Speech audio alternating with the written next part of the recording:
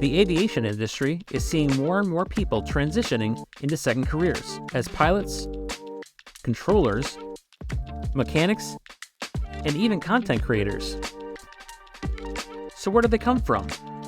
What were they doing before? What made them realize and chase their dreams? We find that out right here on Fly the Transition.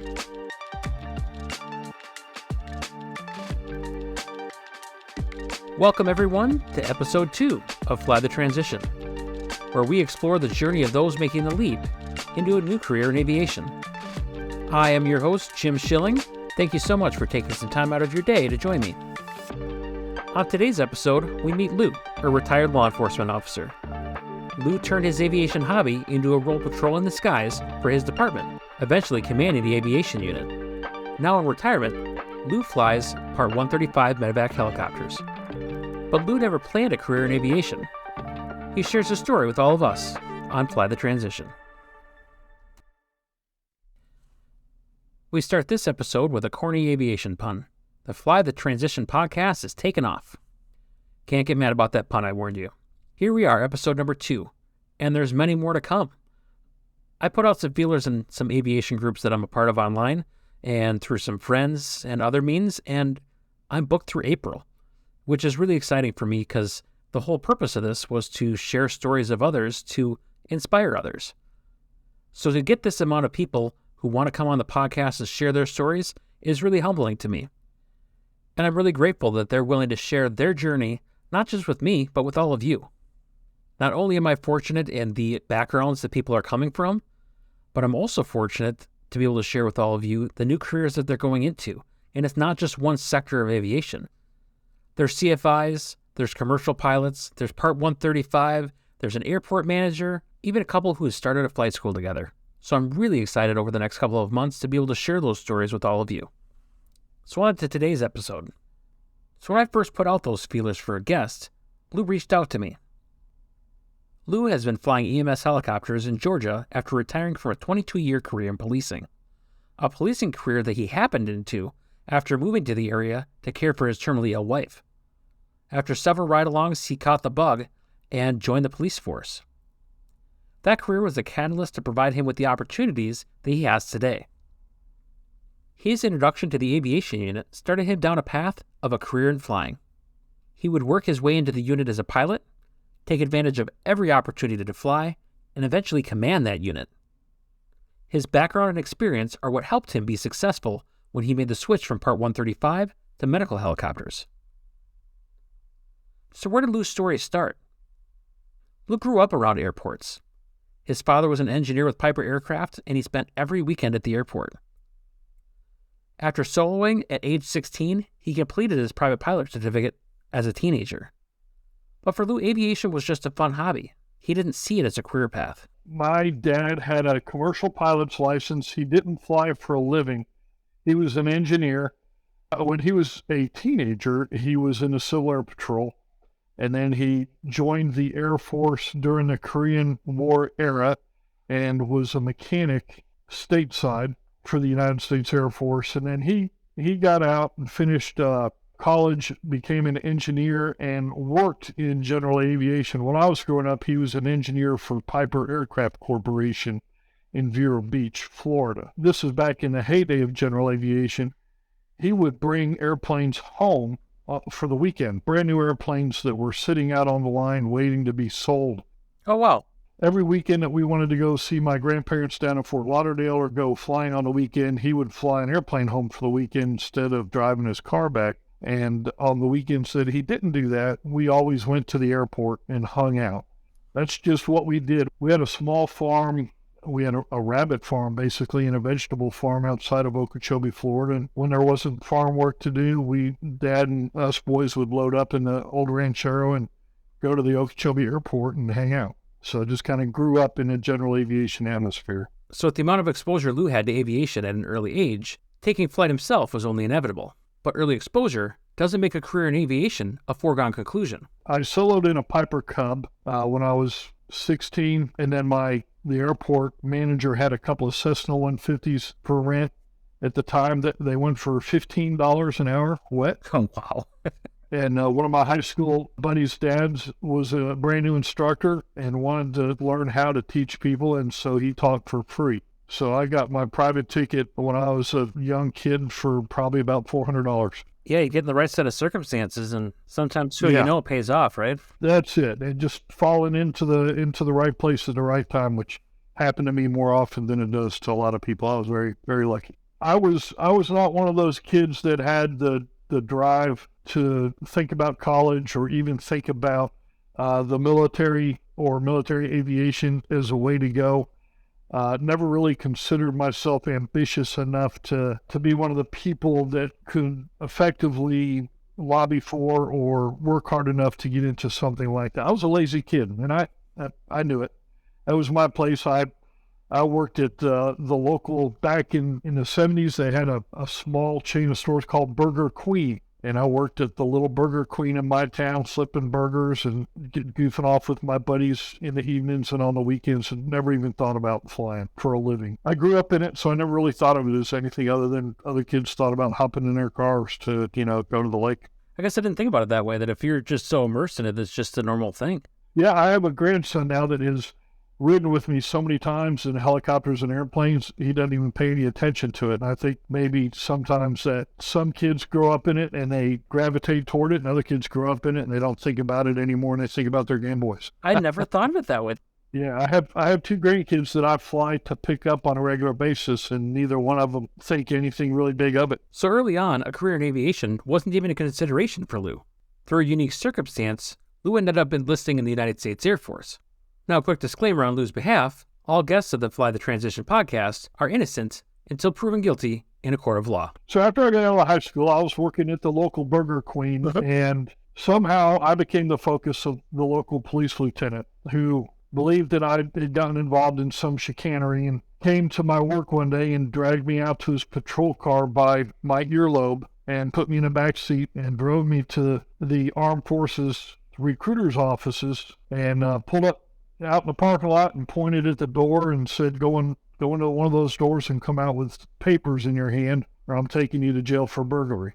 At the time, I thought myself to be a snappy, sarcastic guy, and I said, which one? Although I wasn't guilty of any, it just seemed like the funny thing to say at the time. I got out, and the only guy who was not gone off somewhere at lunch or something or at the local high school trying to recruit was the Air Force guy.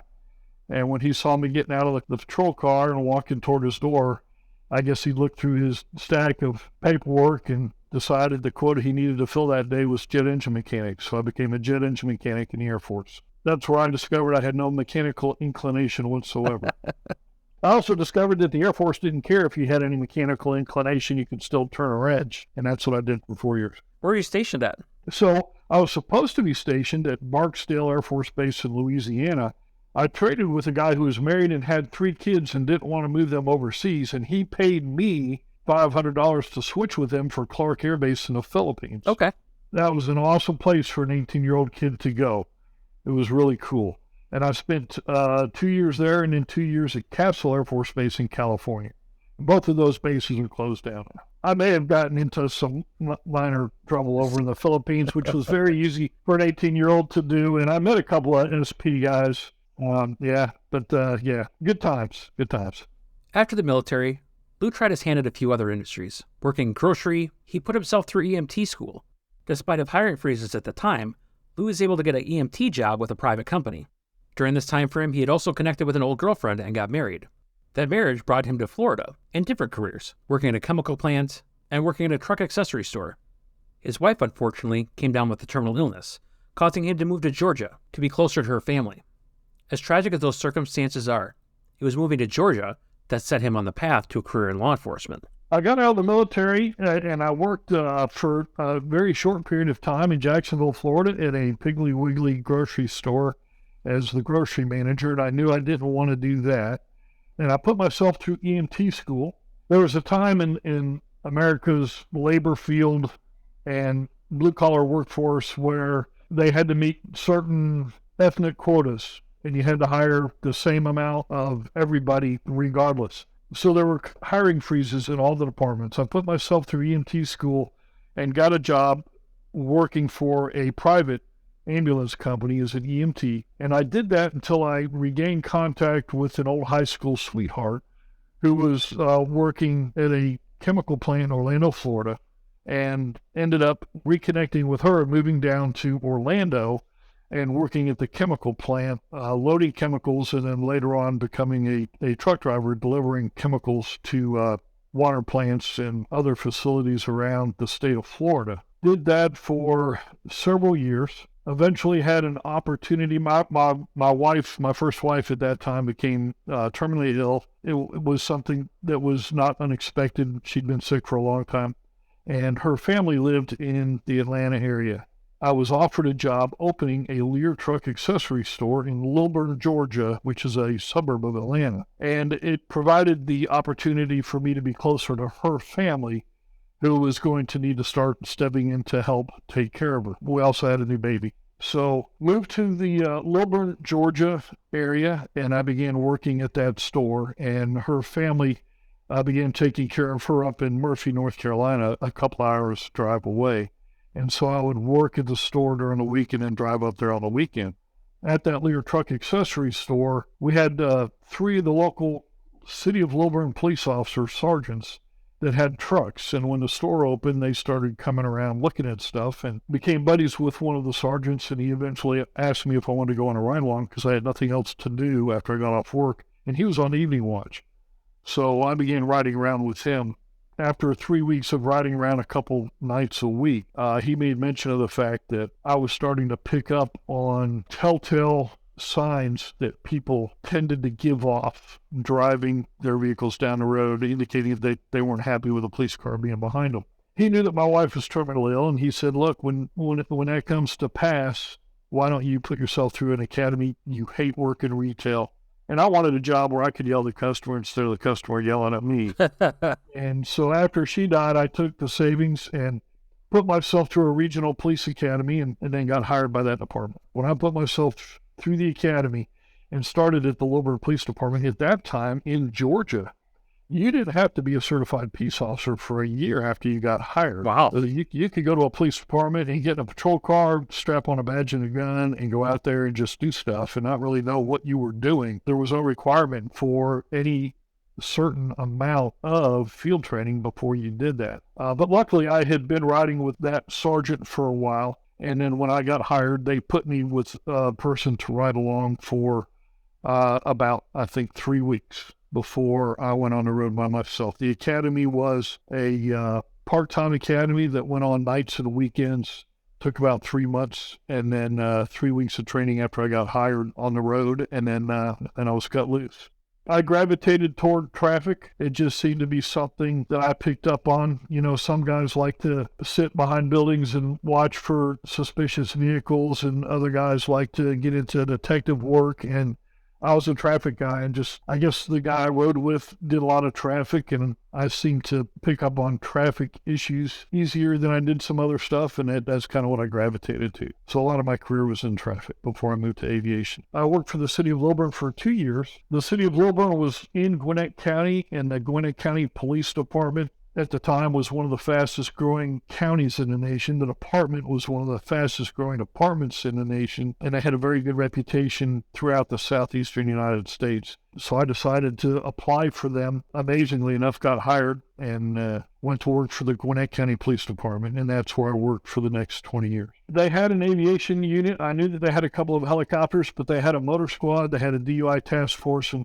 those were my areas of interest. At the time I went over there, my goal was to get to the DUI task force and then see how long I could do that and then take it from there wherever it led. I worked for 2 years on the road there before going to the DUI task force. It was strictly evening watch traffic looking for impaired drivers. Of course, you know, we did any kind of traffic there was. Our focus was getting impaired drivers off the road. So I did that for another, I guess, 1.5 to 2 years. And if you look up the year 2000 Goodyear Highway Hero Award, the guy who won it was a guy named David Zorn. And when I was on the DUI task force, I stopped the fellow on the side of the road, and that fellow decided he wanted to borrow my gun and kill me with it so that he wouldn't go back to prison. David Zorn was a truck driver that was coming by, and he stopped and took the guy out with a flashlight and saved my life. Well, after that incident, I began having issues getting jumpy on traffic stops late at night. And I went to my major and told him that I was afraid that I was going to overreact on a traffic stop and maybe shoot somebody that didn't need to be shot. And I explained to him why, and he agreed. So he said, look, do you have a motorcycle license? And I said, I do, but I haven't ridden one in years. And he said, well, just go to the day shift and work with the motor unit. And when we get a chance, we'll put you through motor school. So I kept my DUI car, but I just moved to the day shift and became the daytime traffic guy. I worked with the motor squad, and if they needed somebody taken to jail, you can't do it on a motorcycle, they would call me. Right. I was kind of the unit jail car if they needed one. And so I worked in my car, and I did a lot of traffic. I was one of those guys, a traffic Nazi, and I enjoyed it. I enjoyed doing traffic. And I looked for the worst aggressive drivers and loved working the interstate. And then eventually they got a slot for motor school, and I went to motorcycle school, and then went to the motor unit as a motor officer and served there until I was promoted to corporal. So when I was promoted to corporal, I had to move over to either the road or training. So I went to training for a year as an instructor, running people through the academy and also teaching in-service classes. Then went back to the road working patrol for a while. I actually left my department in late 2000 and went down to the Georgia Public Safety Training Center, which was a state-run training center for police agencies all over the state of Georgia. And they all went to this one central location for in-service training. And it was also where they ran the academies for the state police, the state Department of Natural Resources, and other state law enforcement agencies. I did that for about 6 months and then came back to the Gwinnett PD because I just missed being on the road in a patrol car. Sure. Went back to the central precinct for 6 months. They had an opening in a motor squad. I didn't think they'd let me go back to it so soon after coming back, but I was known for my stats. I did a lot of work when I was on the motor. So I got moved back to the motor squad and spent a little bit more time there, and then got promoted again to sergeant and went back to the road for a couple of years and then got selected for aviation. When I got my private ticket and then I went into the Air Force, I stopped flying just because I didn't have the money and other things in life got in the way. And then in 86, I got current again. I had my private. I got current and then dropped off the radar again for a few more years. My wife died, and then I ended up getting remarried a year later. Had another child, and that kind of tied things up for a while. In 97, getting current again, and at that time I had about 400 hours. Hooked up with a couple of other police officers that had private airplane ratings, and one of them had a partnership in an airplane, started flying with him a lot because it was cheap, and then bought into a partnership with another police officer and a couple of other people, and bought a 172 and started flying that. So at the time I started with the aviation unit, I had about 400 hours. Still just a hobby space and hanging out with the guys thing. At some point during that time period, I went to the chief of the police department and asked him what I needed to do to get the attention of the aviation unit. And at that time, all they wanted were former military people. They basically said, don't call us, we'll call you. It was a rather blow off, and I kind of gave up thinking about it at the time. Was working the road. I went to the DUI task force and found out that after I went to the DUI task force, the aviation unit was kind of ramping up one of their newer to them pilots, and they wanted to begin doing traffic details up and down the interstate. And the way that they did that was they took a radar head unit out of a police car, and they mounted it on the dash of the helicopter, and it had basically a counting device, similar to what they call VASCAR, which is when you sit on an overpass and you time a car going from one mark to the next mark on the interstate. Sure. And the radar head unit, when you hit the start and stop button, would give you how many seconds, and it would calculate that as a speed.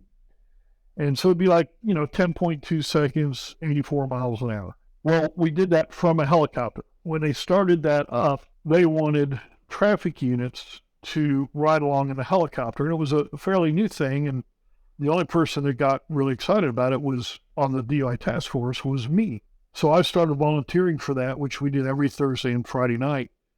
So I started riding in a helicopter and doing the time distance details on the interstate. And I loved it. The guys in the aviation unit, when they realized that I didn't get airsick easily, I didn't mind hanging out the side of the helicopter with no door on it, Yeah. and calling out stuff. And then I was getting into it. These guys who were basically retired on duty group of people, RODs, they didn't fly unless they had. But they were told to go do this detail, and I got excited about doing the detail, and I was having fun, and some of them started having fun. So the detail became a regular thing.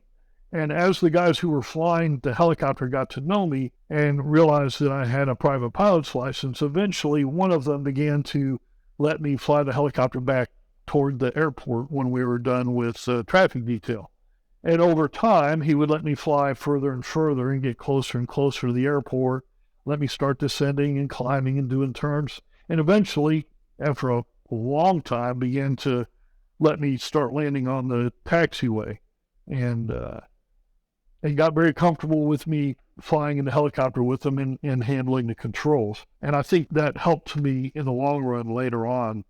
I continued to work traffic. I still did not think of aviation as a career, even in law enforcement. And the department continued to try to find police officers that were former military guys to fly in their unit. And I only had one guy that they could find that was a former helicopter pilot, and he was always in trouble for something or another, and that the aviation unit commander didn't want to bring that person over because he felt he had poor decision-making qualities. So one day, the commander of the aviation unit put out a letter asking who was interested in going to aviation. And so I jumped on that along with the other guys that flew Cessnas with me. We all sent in letters of interest. And eventually they got desperate enough. They pulled us in and interviewed us and gave a couple of us the opportunity to move over and start training in the ND 500 from hour zero with the unit instructor. They were big believers in seniority, and I understood and respected that. There was one guy who was more senior than me. They trained him first. And when they trained him, they had a position coming open, and they offered him that position. And that night, he had a mild heart attack. Oh, geez. And so they called me the next day and said, "Hey, he's just had a mild heart attack. He's out. Do you want the job?" And he was a good friend of mine. I'm like, "Dagummit, I didn't want it that way, but I'm not going to say no. Yeah, I'll take it." And so they moved me over to aviation and completed my training, got my commercial rotorcraft add-on to my private airplane license, and immediately went to work on the night shift. And that was 14 years in. Transferred over to the unit with probably 60 helicopter hours. Only place in the world where you can get a job flying commercially with 60 hours of rotorcraft time is either in the military or the police world. I always consider myself incredibly blessed to be 45 years old, a brand new helicopter pilot, and be getting paid to fly an ND 500 on the night shift in Metro Atlanta. It was internal. I loved the heck out of the guys who taught me how to fly, and I have really good memories of that unit. But when I went to that unit, it was guys who, they didn't work hard, and they hadn't worked hard in a long time. When I moved over, they were very lackadaisical about the training. We could sit there for days at a time and not get a training flight. It probably took 6 months for me to get 60 hours and get my commercial rotorcraft because we just didn't fly every day. If there was a Western Series marathon on TV that week, we weren't going flying that week. So it was done internally by a guy who was more than ready to retire. We had to go at his pace. I would pester him a lot, and eventually the reason I got done as quick as I did was because I would pester him and sit there and look at him until we'd go out and fly, and he'd get me through that 1 hour so he could come back and watch TV, and he'd be done with me for the day, and the rest of the day I spent studying. So it was not an organized event like some units are. And that unit itself has changed, and they are totally different now. I went to Los Angeles and visited their aviation unit. It was very organized, and the unit that the Gwinnett County Police Aviation Unit has become today is marching down that same road. The guy who's in charge of it right now, I think, is doing a great job of making it a professional unit worthy of probably in a not too distant future getting accredited, and then that they have a great established plan for training up and coming officers and TFOs. when I got hired and went to the night shift, we had two pilots, me and an old grizzled veteran, and he would take one flight and I would take the next. And then he would do his flight and I'd sit over on my side steering the camera and running the police radio, and he would do the flying. And then on the next flight, he would do that and I would fly. And more often than not, because he was retired on duty, the guy I was assigned to, he would tell me to take both flights and pull somebody off the road to run the camera and take them both, which is why I was able to get 1,000 hours in 5 years, because I was getting my time and his. And I wasn't going to argue. You know, I got to fly up to 4 hours a night most of the nights I was on duty if the weather was good. Law enforcement aviation jobs are unique opportunities. The ability to be the eye in the sky for other officers, track suspects, identify suspicious activity, respond to high-priority calls, it's all an important role. They can have the same impact that would require multiple ground units. So what does the work actually look like? So we would come into work, pre-flight the aircraft. We would normally monitor one of two frequencies on the radio, either the frequency for the precinct that the airport sat in, because that's what the frequency they called us on to get us started to a call, or I would listen to the busiest precinct's radio frequency. So I'd come to work, pre-flight the aircraft, check the weather for the day, check any emails for requests from people about issues they were having. If there was nothing there, we might go get something to eat. We drove marked cars. You know, we're still expected to enforce the law if we saw something on our way to and from work. If we didn't get busy, if we weren't called out twice, we would do a couple of patrol flights that would be anywhere from an hour to 2 hours long, just depending on what we felt like, you know, flying. With me, it was always 2 hours when it was my turn to fly. And we would go out and we would just fly around from precinct to precinct listening to the radio. Let's say we're flying around and we hear an officer either going out on or getting dispatched to suspicious activity. Well, we might move into that area, spool up the camera, try to find that activity, or find the officer and follow him to that activity so that we can be there as backup and kind of give him a heads up on what he's walking into. Because, you know, we're using a forward-looking infrared camera that we could zoom in and zoom up in front of where the officer was and find the trouble area and tell him what he's walking into. Sure. Look for any surprises. So we would do a lot of that. If officers got into a foot chase with a subject and they lost sight of them and set up a perimeter, then we would get called to that, and we would fly the perimeter and try to assist the officers on the ground by looking for the person. We worked very effectively with K-9 in that respect. When K-9 was called out to do a search for somebody that was, we called it a bush bond. You know, they get out and bond into the bush. The ground units would set up a perimeter, they'd call in K-9. K-9 would start to track them. The job of the helicopter at that point is to either fly the perimeter to keep the subjects laying down and give the K-9 time to catch up to them, or if we spotted a good heat signature that was a possibility somewhere in the K-9's track, we would guide them into that. And if it was outside the K-9's track, they would want the K-9 to go ahead and finish that track. And then if they didn't find anything, they'd come back to the hot spots we were looking at and check those hot spots out. And so we did a lot of that. And then we also did the traffic details, and we did some high altitude surveillance. We get up to 4,000 or 5,000 feet. For instance, we had a problem where one of the high schools had an issue with kids on their lunch break going into the subdivisions surrounding the school and burglarizing houses. So we worked in detail to curtail that issue by circling at high altitude above the area, watching the kids that were coming out of the high school during lunch break and cutting through the fences and walking into the neighborhoods. And then on our patrol flights, we would look at neighborhoods where cars were just creeping through neighborhoods, daytime residential burglars, and call officers in on suspicious activity.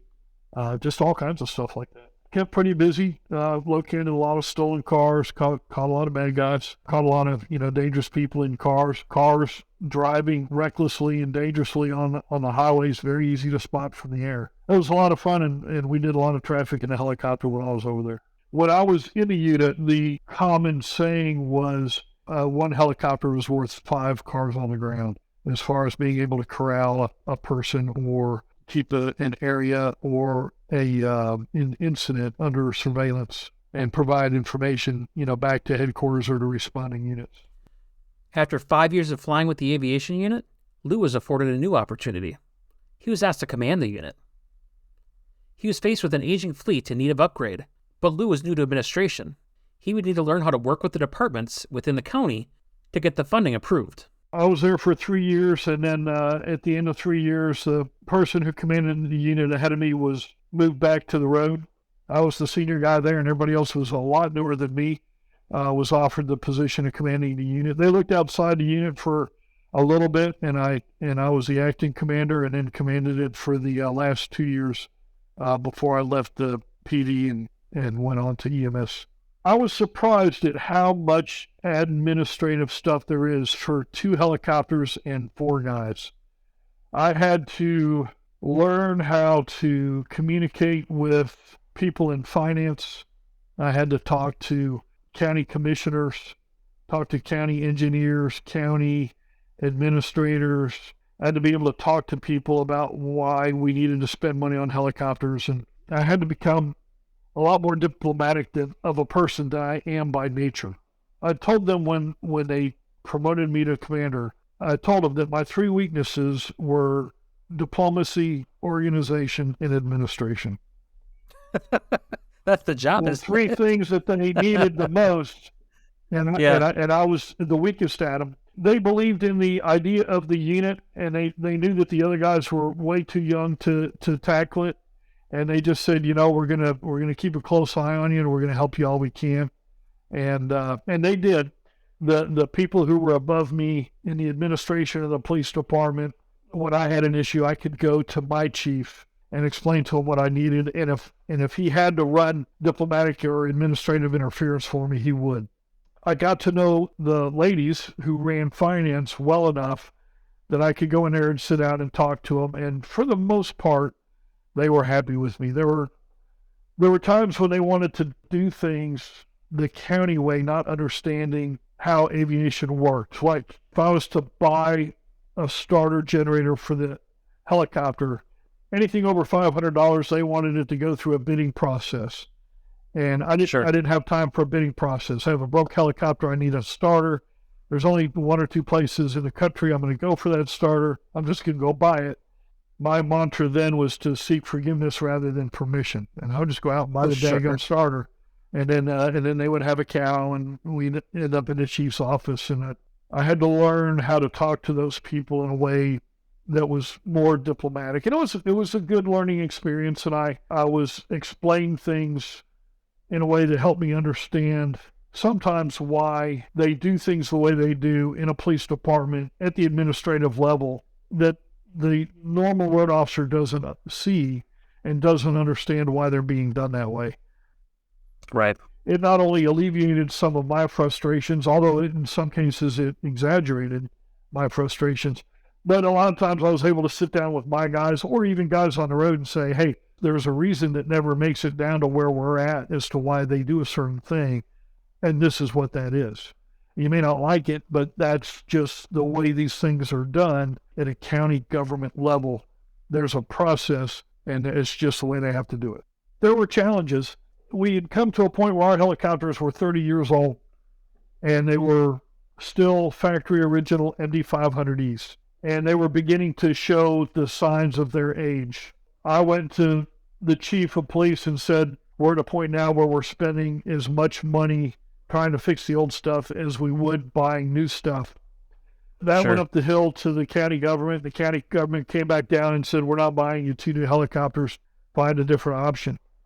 And a week after that, the sales rep for MD helicopters showed up and said, hey, we've got this program where we're rebuilding the MD-500E as an MD-530F. And we're basically stripping it down to the frame and rebuilding it as the newer, tougher model. We found out we were able to rebuild 2 helicopters for the price of 1 brand new one. Oh, wow. So I got involved in that process, took that to my chief. He got excited about it. I was able to be involved in that process all the way up to the top of the county government level. And it was approved, and I got to oversee the process of moving those helicopters one at a time out to Phoenix, Arizona, by flying them out there. We flew one out, had it rebuilt. When they called and said that they were done with it, we flew the second one out. We took the opportunity with MD to do an aerial photo shoot with the one helicopter in the new paint scheme and the other helicopter in an old paint scheme. They loaded us up into an MD 902 twin-engine helicopter with a big sliding side door. Photographer, we shot both aircraft out over in the desert. Then we left the second one there and flew the first one back home. And then got the second one back home. And once I completed that, I felt that the patience of the people high in the government was wearing thin with my style of leadership. I know that I myself am most comfortable maybe as a low to mid-level supervisor. I like it when somebody says, Lou, we got a problem out there, go fix it. And I get to jump into a police car, a helicopter, and go out there and fix stuff. I didn't like doing the administrative stuff, and I think I was getting frustrated with the administrative part of managing a unit rather than just going out there and being the guy. Our department, for a short period of time, offered a pension, and I had signed up for that pension. And I went and talked to the pension person and found out that I was eligible to retire and receive a pension. I would say that my time probably dropped from 25 to 30 hours a month down to 5 to 10. I wanted to fly. My frustration with being an administrator and my desire to fly, and I was ready to do something different. It's tough for a unit commander to have a former unit commander to command. So I didn't think it would be fair to the next guy moving up for me to step down being a commander but stay in aviation. That would be an awkward thing for him to have to deal with. I might get frustrated with his style of commanding, and it could be an abrasive thing. And I didn't want to go back to the road. I wanted to keep flying. Lou served an impressive 22 years in law enforcement, including 8 in the aviation unit with Gwinnett County. His position in command had limited his flight hours, and he wanted to keep flying. As he considered his options, he learned of an opportunity to keep flying through a new role in EMS. It wasn't a completely foreign concept to him. In fact, he had been building hours outside of the police department for just such an opportunity. Right at the same time I was considering that, the one fella who had been a military helicopter pilot who was not brought over to the department had left and gone to work for Air Methods as an EMS pilot, called me and told me that they were opening a base in Blairsville, Georgia, and that they were going to put a brand new Bell 407 GXP up at that base. And the Bell 407 GXP was a brand new Bell with a Garmin G1000 panel in it. Sure. And the P was a stronger version of the engine for flying up in the mountainous areas. And so I pulled up their website, looked at their stuff, went to a couple of bases that they had around Atlanta, talked to their pilots, talked to that pilot who had left our department, who I had become friends with, put in an application and got hired, and decided to retire from my department and move into helicopter EMS flight. When I was in the police department, when I moved to the aviation unit, part of our job was to patrol the airport. And while patrolling the airport, I met and became friends with the guy who was the director of maintenance for a company called Westwood One that eventually became the aviation division of Clear Channel Helicopters. And he was responsible for 10 to 12 R-44 news gathering helicopters. They call them ENG, electronic news gathering helicopters. And he had helicopters running the news or traffic in Miami, Orlando, Tampa, Charlotte, Boston, Pittsburgh, Washington, D.C., and Kansas City. And he also, at any one time, had 1 or 2 helicopters there at the Gwinnett County Airport. And what he did with that fleet of helicopters was he would get a helicopter in that was timed out. An R-44 gets an overhaul every 2,200 hours. So one of his helicopters would come up for overhaul. He would have one overhauled helicopter waiting to go and another one in the middle of overhaul in his shop. So he would need that overhauled helicopter flown out to the market that had a timed out helicopter, and then bring that timed out helicopter back to overhaul it. And after I became friends with him, I got that job. I got the job of moving helicopters for him as needed, and also post-maintenance test flying his helicopters for track and balance, and just running the engine and flying the helicopter for 6 to 10 hours before it went back into the market. So I got the job flying for him doing that. So I probably worked for them for 8 years part-time. There was also a portion of the time before I became the unit commander and for some time after that Helicopters Incorporated, who run all the news helicopters in Atlanta, had a part-time pilot position. And I was able to get my off days switched to Monday and Tuesday as my off days. And they had a pilot go out on medical leave, and I was able to fly every Monday and Tuesday around the metro Atlanta area. And the traffic job was the best job because it was 3 hours in the morning and 2 hours in the afternoon. So I was racking up 5 hours, 10 hours a week just doing that. And between that, the police job and the Clear Channel job, I was able to amass the 2,000 hours I needed to go to work for Air Methods. Sure. When I was the commander of the PD unit, when I took over, the unit had nothing to move a pilot forward in his career as a pilot. Nothing training. You got your commercial and then they were done with you. When I became the commander, I wanted everybody to get an instrument rating, a flight instructor's rating, and if you wanted to, an ATP, because you should always train your people to be successful. If you just become a commercial pilot and then don't do anything else, you're just stagnant. So I did that, and I did it for myself because I knew that once I retired, I wanted to do something aviation-wise. So I got my instrument rating, I got my flight instructor's rating, I got my ATP while I was in the police department. Air Methods, when I got hired, they wanted a commercial helicopter pilot with 2,000 hours total time, at least 1,000 hours of turbine helicopter time, and an instrument rating. They preferred that you had night vision goggle time, and I did. We got night vision goggles shortly before I left the department. And I probably had, I don't know, maybe 75 to 100 hours of night vision goggle time. So I had the bare minimum qualifications. With all the requirements met to make the transition to EMS aviation, now Lou had to get in. He interviewed with Air Methods, a company that provides services across 48 states through their more than 300 bases. He interviewed, went through company indoctrination, and was on his way. It wasn't until his first flight that he had truly appreciated the culture differences between law enforcement and EMS flight operations.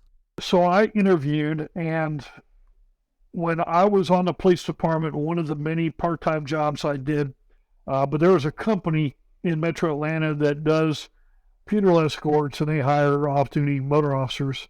One of the other motor officers was also a helicopter pilot for DeKalb Police. He retired before I did and went to work for Air Methods. So when I interviewed with Air Methods, I dropped his name, and they called that guy and confirmed that from his perspective, I was a good risk. And so he told him, yeah, he rides a motorcycle. He rides it real good. He's a police motorcycle instructor. He flies helicopters. He does a good job. He's safe. I think he'll be a good risk.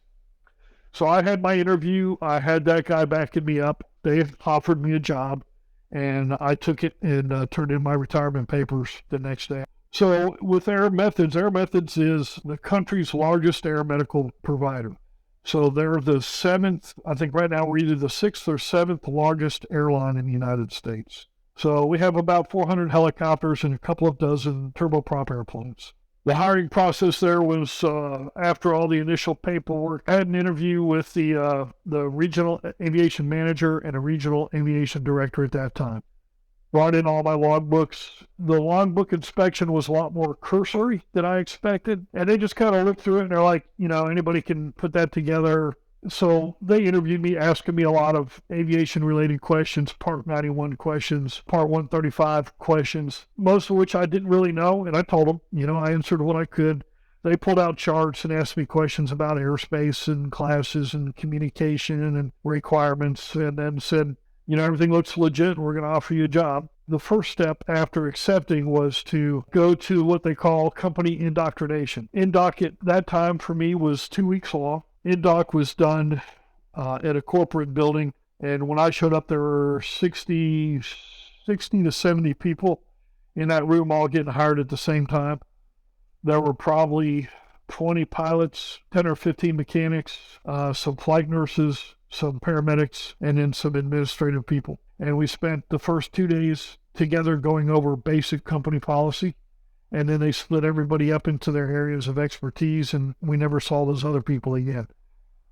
So the pilots went with a group of pilot instructors, and we began company indoctrination. And basically it was 2 weeks of, these are what the Part 135 requirements are. They went heavily into all of the regulations. They went heavily into weather, how they like to see weather interpreted, how they wanted you to do the weather decision making, what the process was for making sure an aircraft was airworthy, how payroll was done. And then we also had to cover a couple of days of silly OSHA stuff, like, putting out a dumpster fire with a fire extinguisher. And so at the end of that, sent home, and then eventually called back up and said, okay, come back out. The first aircraft they wanted me to fly was an A-Star. They didn't have room for me in a 407 school, and my base was not open yet. So they said, hey, do you want to, fill in at other bases flying A-Star? Yeah, I came to fly. I didn't want to come to sit at home. I went back out to Denver for a week, went through the A-Star school, and then came back and started filling in around the state of Georgia and North Florida and over in Alabama flying A-Stars.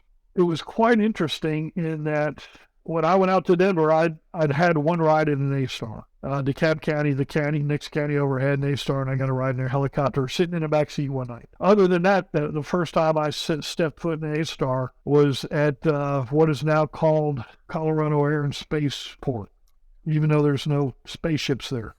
Okay. But I went there, and this was before all of our simulators were up and running, so we were flying the actual aircraft.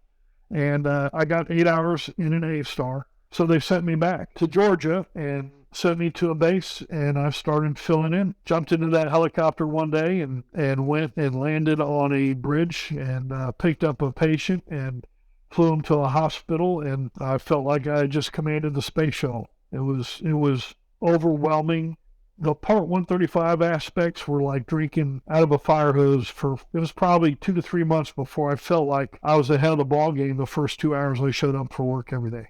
It was quite a change. It was a culture shock to me to go from public use Part 91 flying for the police department, go out and grab an MD-500 and zip up and down the river and call it swiftwater rescue training, or go hunt for bad guys and land in parking lots, to what is corporate charter helicopter EMS flying. Total culture shock. So as Lou had learned, there are some differences in EMS Part 135 flying. So how does it all work? Well, so there are two types of operations in EMS work, mainly. One is called a hospital-based program, where a large hospital system says, hey, we want our own fleet of helicopters. We want our name on it, our color scheme. And they contract with a company like mine, Air Methods. And Air Methods says, okay, we're going to provide the helicopter. We're going to provide the pilot. We're going to provide the mechanic. You provide the base, the medics, and the flight nurses, and we'll fly them in the helicopter. So they get dispatched by the hospital. And so they work for the hospital, although, the pilot and the mechanic are contractors through Air Methods.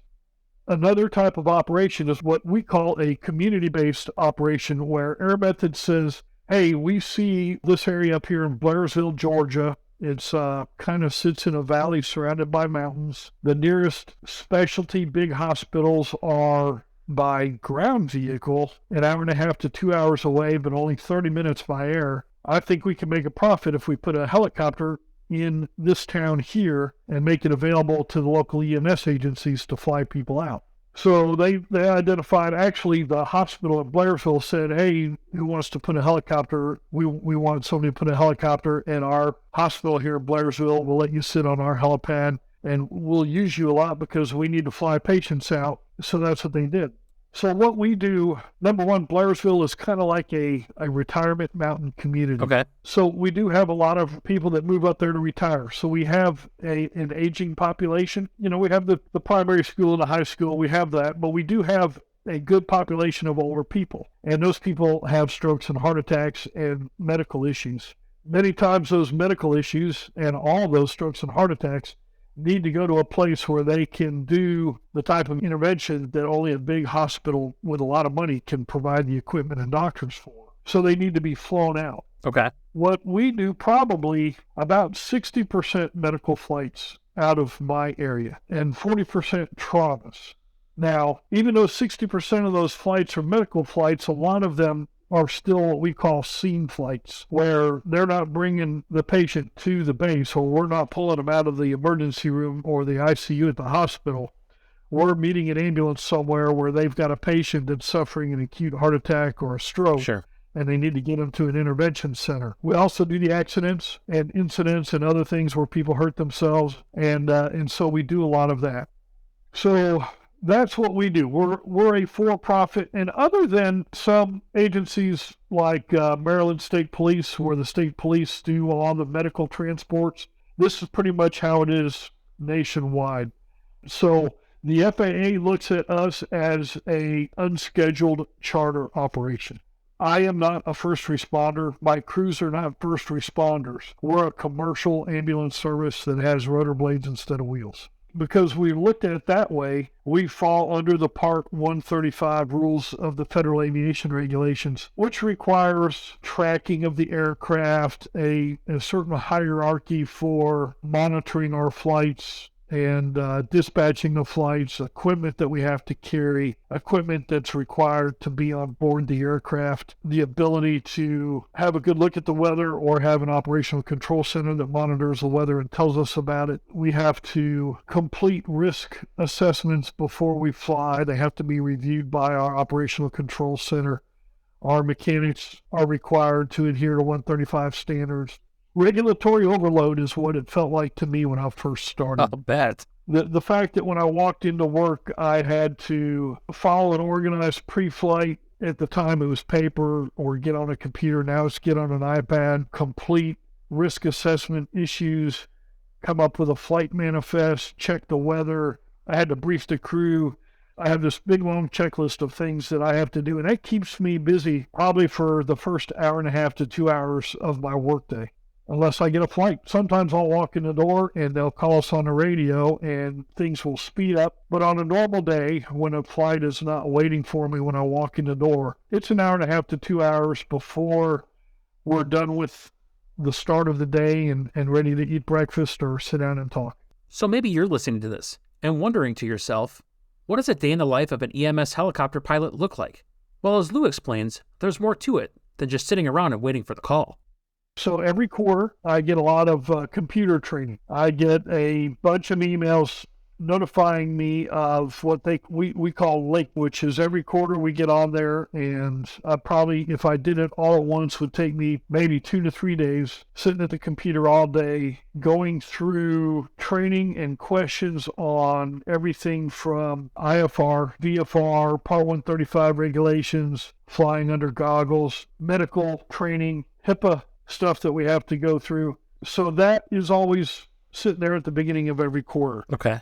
We're an IFR base. On a regular day, if I get done with everything else and I haven't accomplished an IFR flight, or if I haven't had a chance because the ceilings have been too low to practice an IFR departure out of my hospital or an IFR approach back into the hospital where I'm based at, and it's a good clear day and I can do a practice flight, I'll call my regional aviation manager and say, hey, it's been a while. I want to go practice IFR departures and approaches. I come in the morning, I pre-flight the aircraft, I get on the iPad, I complete my manifest, I complete my risk assessment. I talk to the dispatch center and let them know who my crew is for the day. I have to brief the crew on several things. I have to brief them on what the weather looks like, whether there's any maintenance issues on the aircraft that we have to think about that are either due or coming up or that the mechanic's going to be working on. I have to tell them what the risk is for bird strike mitigation. I have to tell them when the sun is going to rise or set, when we'll be expected to be flying under goggles, what the illumination's going to be, any public relations events that we might have coming up, any maintenance flights, any training flights that I want to do. Our base is what's called a preceptor base, so a lot of times we have medics or flight nurses that are orienting at our base. Oh, sure. So we may have a third rider. If it's their first time flying in a helicopter, we don't want that first flight to be while we're trying to work on a patient. Yeah. So I'll schedule a training flight for them, and we'll fly. Number one, we'll get them up in the aircraft, fly them around, get them used to what it feels like and looks like. Then we'll land at the airport, and we'll talk about loading and unloading a patient under what we call a cold rotor disc. The rotors aren't moving. Then we'll practice loading and unloading a patient, show them what that looks like.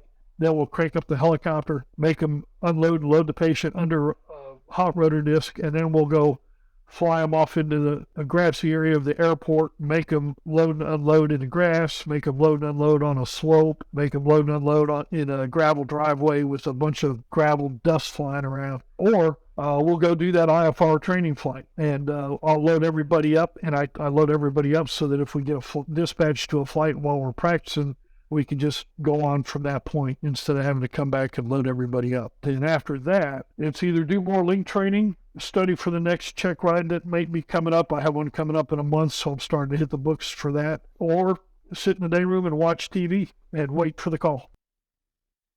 So Lou and his crew have pre-flighted their aircraft, completed various trainings, done some proficiency flights, and now they're just waiting for a call. Now let's say that someone that you love had a significant cardiac event, or you were involved in a serious accident. How do they get that life-saving asset off the ground and to you or your loved one to get them the care that they need? When we get a call, either an EMS agency or our hospital or another hospital will call our dispatch number and say, we need a helicopter. So we sit at the Blairsville Hospital called Union General. Let's say Union General has a person that comes in and the ER staff realizes this person is suffering from a stroke or heart attack. The doctor will say, all right, let's get that patient down to an intervention facility. Somebody in the ER will pick up a phone that goes directly to our dispatch. We install those phones in any ER that will allow it for them to just pick up a phone and our dispatchers answer at the other end. They'll pick them up and say, hey, we have a patient having a stroke. We need the helicopter to fly him from Union General in Blairsville to Northeast Georgia in Gainesville. And so the dispatcher will look on her map and say, yeah, the closest helicopter is Airlife 14. She'll get on the radio, and we're dispatched by radio. Sometimes some bases are dispatched by phone. We have radios, we'll hear the tones that go off.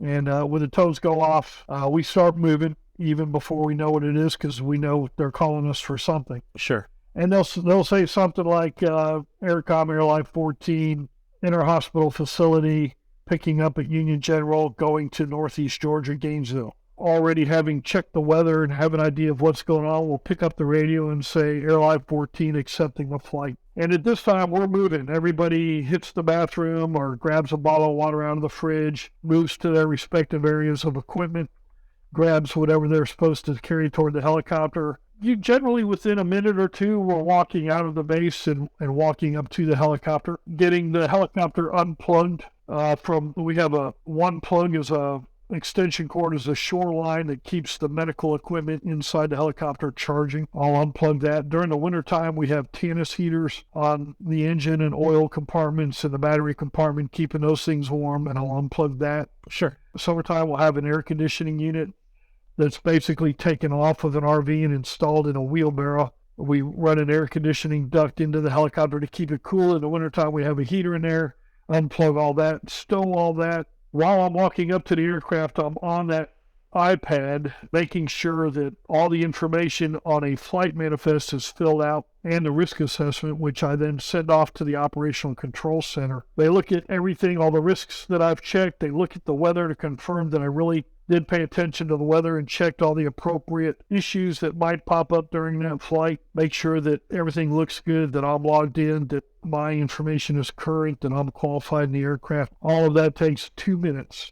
Usually by the time I get to the aircraft, if not shortly afterward, I get a ding on my iPad. I look at it. I have a dispatch number. I climb into the aircraft. When we walk up to the aircraft, we're all trained. Everybody walks around the aircraft and you eyeball it from head to toe to make sure all the panels are closed, all the cords have been detached from the helicopter and stowed, and that the helicopter looks like it's ready to go. Okay. When we climb in, I get the helicopter cranked up. I take the iPad and confirm that I have a dispatch number, which means Operational Control Center has reviewed everything and it looks clear. I call our dispatch center on the radio and say, Aircom, this is Airlife 14. I'm lifting with this dispatch number, 3 souls on board, 2 hours of fuel. and then they say, okay, and we lift off if we're lifted off. If it's an inter-hospital transfer, I unplug the aircraft and get it ready while the med crew goes inside to get the patient. They'll go inside to get the patient, or we'll fly to another hospital and we'll land, and they'll go inside to get the patient. When they bring them out, I open the aircraft up so they can load the patient. They get the patient loaded. I get the helicopter cranked. We take off, and then we fly them down to the big hospital. Most days we're going to Atlanta, Chattanooga, or Gainesville. My average leg is maybe between an hour and 30 minutes. A lot of times when I drop my crew and a patient off while they're taking that patient into the hospital, I'll hop over to the nearest airport, refuel, come back, pick them up hot, and then go home. So there might be anywhere from 4 to 6, sometimes even 7 legs on a flight. So through hard work and a little bit of luck here and there, Lou has been able to make a great career out of aviation. So what advice does he have for those who are looking to make a career change or get into this line of aviation? It's tough because helicopters are so daggum expensive to operate by the hour. I tell people all the time I am the luckiest and most blessed person I know, because at the age of 45, which is pretty late in life for somebody to start a commercial flying career, I just happened to be in the right place at the right time to be able in my department to go to aviation and start flying an MD-500 from hour zero and get paid to fly. But still, I had to do a lot of extra stuff.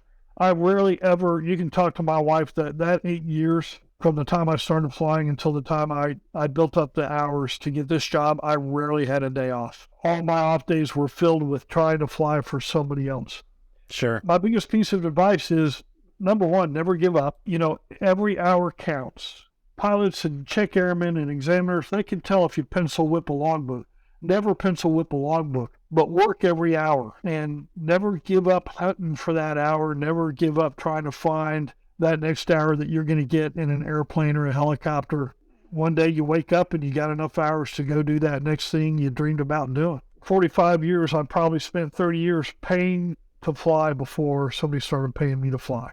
And it was worth every cent I spent. If that doesn't work, then fly for a hobby and just enjoy it. There you go. Get with other people that enjoy flying for a hobby, and it makes it cheaper if you get enough of you together to buy an airplane or a helicopter and fly for a hobby. But there's stuff you can do.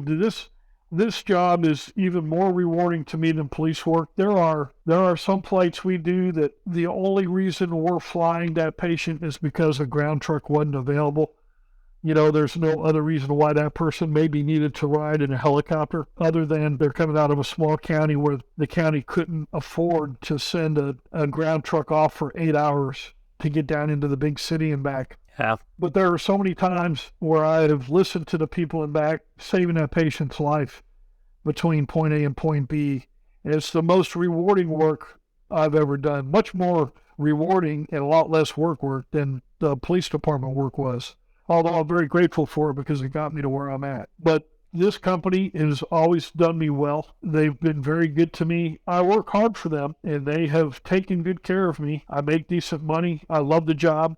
The equipment is good, and the base I work at has a very good culture. We all love to work. We all love to fly. We can't wait for that next flight. And there are some bases where that's not the case. But there's always another base if you run into that. And I can't wait to go to work every day. And I hate having off days. Very humbled to be able to do what I do. I love it, and I wouldn't trade it for the world. Like Scott from our last episode, Lou had early exposure to aviation. Aviation in his family was something fairly routine. Though he chipped away at flying over the years, it wasn't out of a serious effort to make a career of it. Lou would find a career in policing. He enjoyed it, and he was good at it. But policing gave him incredible opportunities in aviation, from starting off riding as an observer to being selected for the unit and eating up all those hours of his less than motivated veteran partners. It also gave him the ability to network with others at the airport, to find other avenues to build his hours. And now he's flying an incredibly rewarding career in EMS. The lessons we can learn from Lou is look for and take advantage of those opportunities. Many have said opportunity looks a lot like hard work. In Lou's case, it's flying those ferry flights for the media helicopter maintainer and other side gigs on his days off.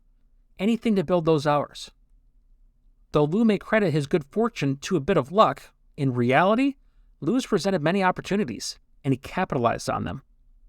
So don't give up. Look for those opportunities and put in the work. I'd really like to thank Lou, not just for being a guest on the podcast, but for his service in the military, in law enforcement, and his continued service in EMS flight. Before I go, if you like what I'm doing here on the podcast, please be sure to like and subscribe, rate and review, wherever you find your podcasts.